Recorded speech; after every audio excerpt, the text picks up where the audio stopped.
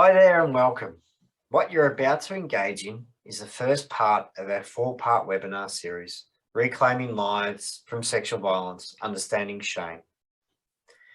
Initially, we'll introduce concepts of narrative therapy and get you thinking hopefully about your own work context and the practice wisdoms that you hold on to. The second slide along will give you a rundown of what the 4-part series entails. Spanning over approximately 8.5 hours at a minimum, depending on the richness in your conversations and what you have to share with each other, or write down if you're joining us individually. So I'm Tim, who will be co-facilitating today with Dale. And I'm Dale. I will also be joining you. You'll get to know more about Tim and I as we go along. As you go through the pre-recorded webinar series, go at your own pace. You can therefore pause at any time, which enables you to have discussions amongst yourselves. Thank you, Dale. So,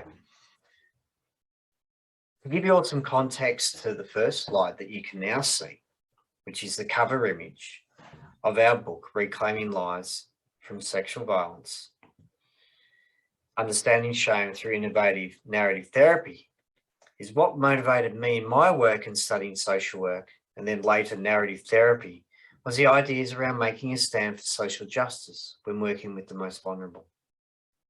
Dale and I discovered over the course of our work together, which took time, was that there was more to Dale, not just his experiences of sexual violence defined him. There are many layers to who he was. There are many layers to who we all are. Not one role, not one experience, not one problem defines us. Who would agree?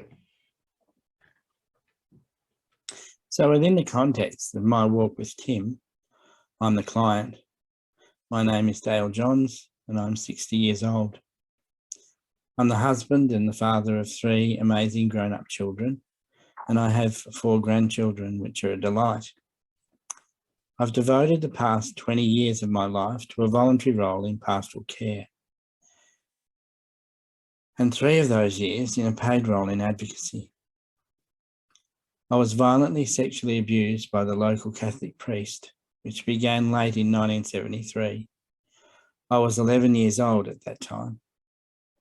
The abuse continued over a period of 28 months. What is revealed in the image and the words of this slide, which is our book cover, is Tim's and my story. The journey Tim and I have been on over the past 7 years.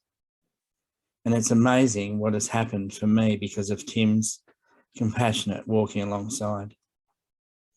Tim's work opened up for me the way in which shame and guilt were powerfully controlling my life, keeping me silent for 42 years. Sadly, that's most of my life. This awakened my integrity, and it was apparent our fight for justice was becoming political. I wanted to express myself in a different form, so I picked up a pencil and I started to draw how I felt and what our journey was representing. I was angry, and I understood for the first time the most painful truths and fallout from the violent sexual abuse. I was carrying all of that in my body. I wanted some justice desperately, to punch my way into that enormous balloon of justice, which seemed to be inaccessible. What I came up with is quite a powerful image for me, and I hope this image, the contents of the book, and the webinar series are powerful in a way that brings new freedoms to you all.